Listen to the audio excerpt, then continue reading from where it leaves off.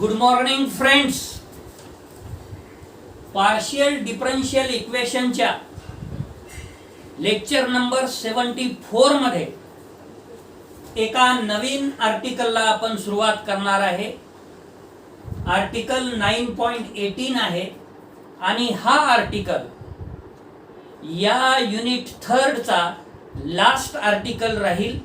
सोबतच हा लेक्चर सुद्धा या युनिट साठी लास्ट राहील. मित्रहो, याचं टायटल आहे आर्टिकलचं solution of wave equation by d'Alembert's method. काय आहे डी अलेम्बर्ट्स मेथड ते आपण आज बघणार आहोत. The wave equation is delta two Y upon delta T square which is equal to c square delta 2y upon delta x square. याला equation number 1 म्हणू. Let us introduce the two new independent variables u and v.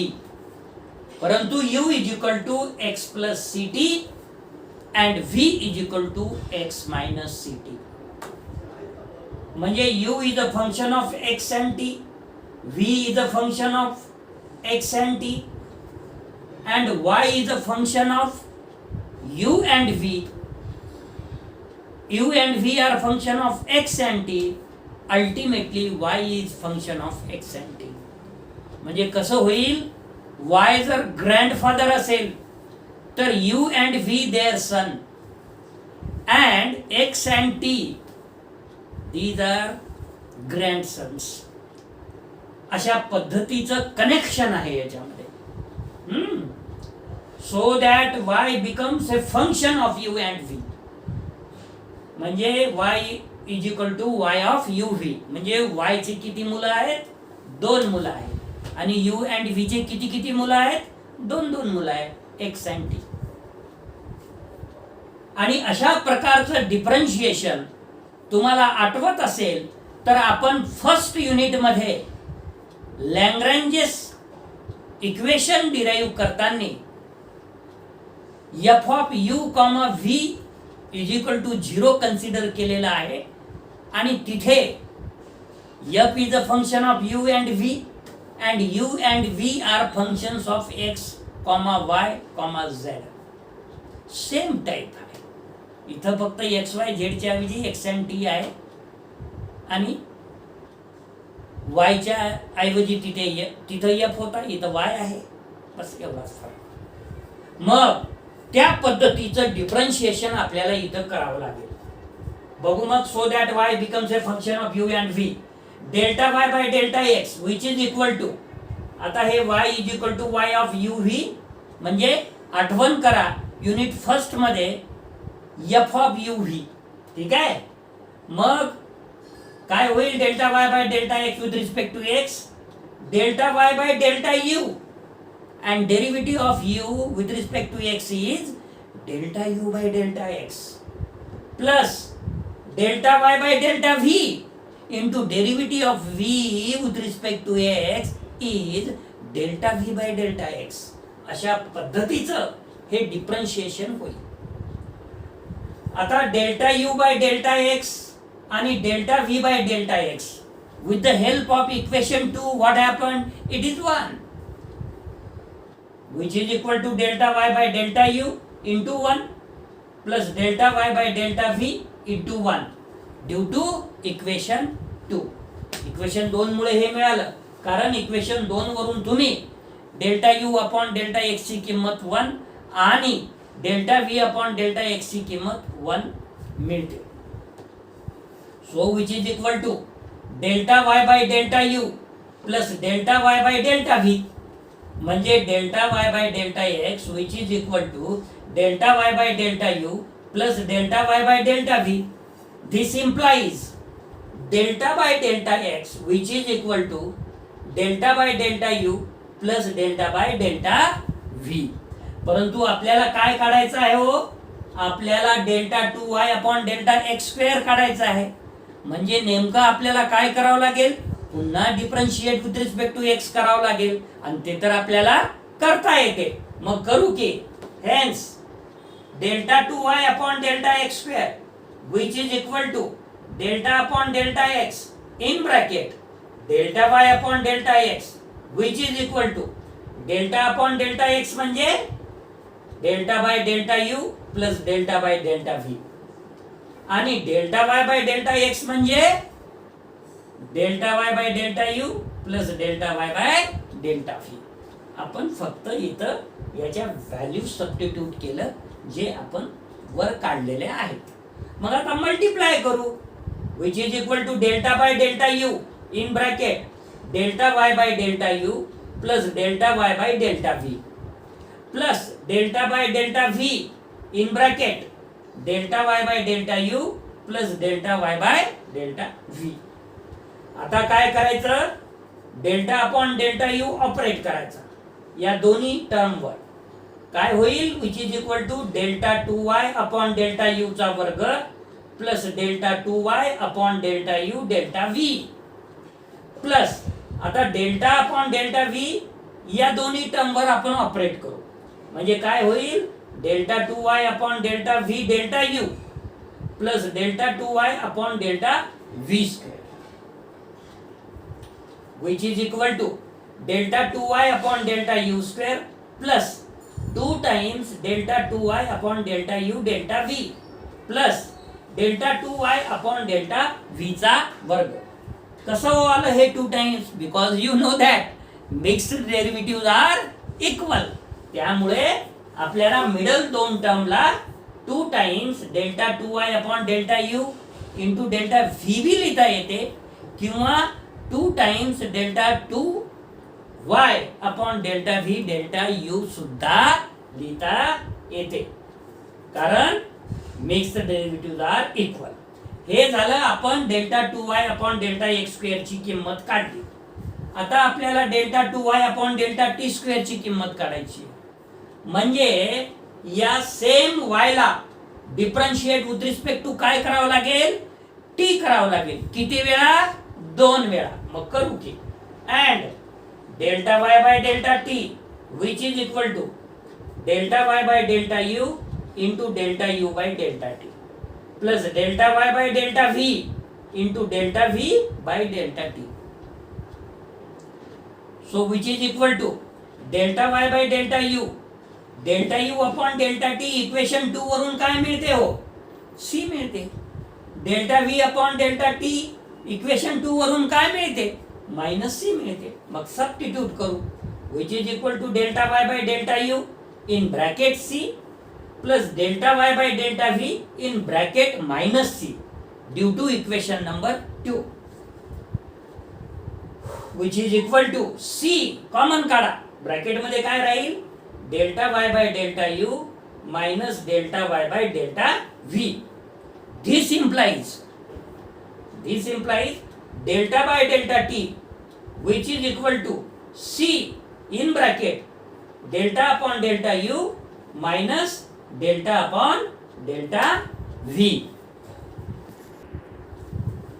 Hence delta 2y upon delta t square which is equal to delta upon delta t in bracket delta y upon delta t which is equal to c in bracket delta by delta u minus delta by delta v into c in bracket delta y by delta u minus delta v by delta delta y by delta v.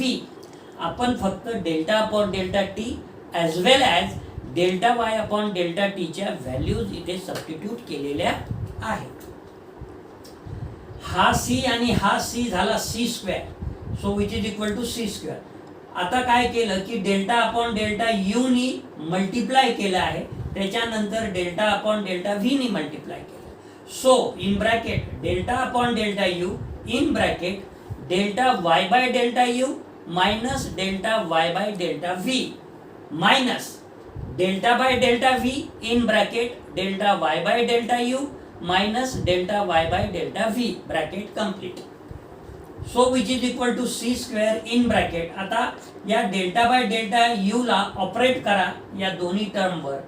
हे येईल C square in bracket delta 2y upon delta U square minus delta 2y upon delta U delta V minus, आता delta upon delta v ला operate करा, delta 2y upon delta v delta u, हा minus plus delta 2y upon delta v square. मित्र हो, operate करा म्हणजे just मल्टिप्लायच करावं लागतं, परंतु ते पद्धत आहे की ऑपरेट करा, delta by delta U operate करा. So which is equal to c square in bracket delta 2y upon delta u square minus 2 times delta 2y upon delta u delta v plus delta 2y upon delta v square. मित्र हो, तुम्हाला माहित आहे mixed derivative R equal, त्यामुळे middle टर्मला आपल्याला 2 times लिहिता येते.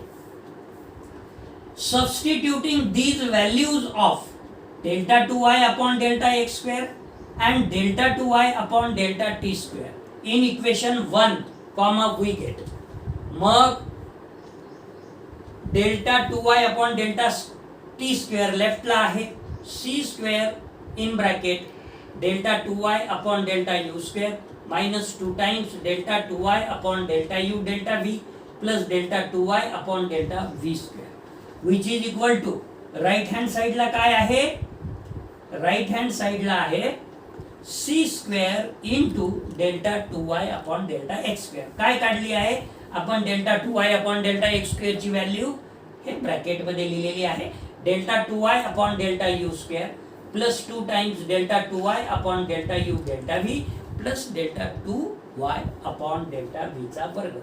मित्र हो, पहिली टर्म आणि तिसरी टर्म लेफ्ट हँड साइडला ॲज वेल ॲज राईट हँड साइडला सारख्याच असल्यामुळे त्या होतील कॅन्सल, आणि मिडल टर्म जी आहे -2 delta 2y upon delta u delta v, आणि याला जर इकडे आणलं तर -2 delta 2y upon delta u delta v, हे काय होईल -4 times delta 2y upon delta u delta v. So which is equal to 0. This implies delta 2y upon delta u delta v which is equal to 0. हे झालं तुमचं equation number 3.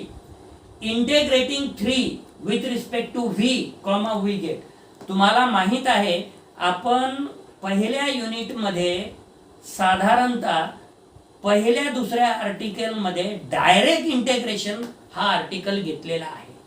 त्या article मध्ये when we are differentiating with respect to x, keeping y as a constant and also taking constant of integration is a function of y, and when we are integrating with respect to y, taking constant of integration is a function of x. तसंच इथं करायचं. जर u न जर तुम्ही integrating करत असाल तर फंक्शन ऑफ v घ्यायचं, constant of integration it is a function of v, आणि जर integration with respect to v करत असाल तर constant of integration it is a function of u घ्यायचं. Okay, integrating 3 with respect to v, we get काय होईल मग, delta y by delta u which is equal to f of u, where integration with respect to v then take constant of integration is a function of u, म्हणून f of u. याला equation number 4 म्हणा. Again integrating 4 with respect to u, we get. आता आपल्याला constant of integration काय घ्यावं लागेल, it is a function of v घ्यावं लागेल. So y is equal to integral f of u du plus psi of v, it is a constant of integration, where integration with respect to u then take constant of integration is a function of v. So hence y is equal to y of x comma t which is equal to phi of u plus psi of v, where phi of u is equal to integral f of u into du. So which is equal to phi of x plus ct, because value of u is x plus ct, plus psi of x minus ct, because value of v is x minus ct, due to equation number 2. याला equation number 5 म्हणू, आणि this is the d'Alembert solution of wave equation 1. मित्र हो, याच्यानंतर आपल्याला five आणि सायला determine करायचं आहे. To determine phi and psi, let us apply initial conditions y of x comma 0 which is equal to f of x and delta y by delta t which is equal to 0 when t is equal to 0. Differentiating equation 5 with respect to t comma we get delta y by delta t which is equal to phi dash of x plus ct and derivative of x plus ct with respect to t is c plus psi dash of x minus ct and derivative of x minus ct with respect to t is minus c आणि म्हणून minus c psi dash of x minus ct. याला equation number 6 म्हणू. Putting delta y by delta t is equal to 0 when t is equal to 0 in 6 comma we get 0 is equal to c phi dash of x minus c psi dash of x or phi dash of x which is equal to psi dash of x. याला जर integrate केलं आपण दोन्ही साइडला integrating comma we get phi of x which is equal to psi of x plus constant of integration is b. याला 7 number म्हणू. Again substituting y is equal to f of x when t is equal to 0. T is equal to 0, y is equal to f of x. In 5 comma we get y is equal to y of x comma 0 which is equal to f of x which is equal to phi of x plus psi of x. कसं हो हे आलं? कारण तुम्ही equation 5 मध्ये जर t is equal to 0 ठेवलं तर phi of x plus ct होतं. t 0 असल्यामुळे phi of x plus psi of x minus ct होतं. t 0 असल्यामुळे psi of x और f of x which is equal to psi of x हे आणि phi of x ची किंमत 7व्या equation वरून तुम्ही लिहू शकता psi of x plus b which is equal to 2 times psi of x plus b. याला आपण इक्वेशन नंबर 8 म्हणू. सो दॅट या 8व्या इक्वेशन वरून काय करता येईल आपल्याला f of x minus b which is equal to 2 psi of x आणि psi of x is equal to 1/2 in bracket f of x minus b and phi of x कसं लिहिता येईल हो? f of x which is equal to phi of x आणि psi of x ची किंमत याच्यावरून आपल्याला लिहिता येईल 7व्या इक्वेशन वरून काय लिहिता येईल plus phi of x minus b म्हणजे 2 times phi of x minus b आणि म्हणून phi of x काय होईल 1/2 in bracket f of x आणि तो b इकडे आल्यानंतर प्लस b. ह्या दोन्ही व्हॅल्यू आता आपल्याला सबस्टिट्यूट करायचा आहे. On putting values of phi of x plus ct and psi of x minus ct in equation 5 comma we get. मित्र आपल्याला जवळ phi of x आणि psi of x जर आपण याच्यावरून psi of x plus psi of x minus ct म्हणालो तर काय येईल f of x minus ct minus b. त्या पद्धतीने याच्यावरून काय काढता येईल आपल्याला बघा psi of x minus ct which is equal to 1/2 in bracket f of x minus ct minus b म्हणजे x च्या जागी x minus ct. phi of x plus ct x च्या जागी x plus ct which is equal to 1/2 in bracket f of x plus ct plus b आणि म्हणून y of x comma t which is equal to phi of x plus ct plus psi of x minus ct या equation मध्ये आपल्याला यांच्या value substitute करायचे आहे जे की याच्यावरून काढता येते. 1/2 टेकन आउट कॉमन आणि लिहा मग phi of x plus ct म्हणजे हे f of x plus ct plus b plus psi of x minus ct म्हणजे 1/2 तर काढलेलाच आहे f of x minus ct minus b b will be cancel and hence y of x comma t which is equal to 1/2 in bracket f of x plus ct plus f of x minus ct. मित्र हो मला सांगताना फार आनंद होतो आहे की आपला unit 3 इथे संपत आहे आणि युनिट 4 जो आहे तो फार लहान आहे. जास्तीत जास्त 5-6 व्हिडिओमध्ये 5-6 लेक्चरमध्ये आपण त्याला कंप्लीट करू. आज या लेक्चरसाठी आपण इथेच थांबतो आहे.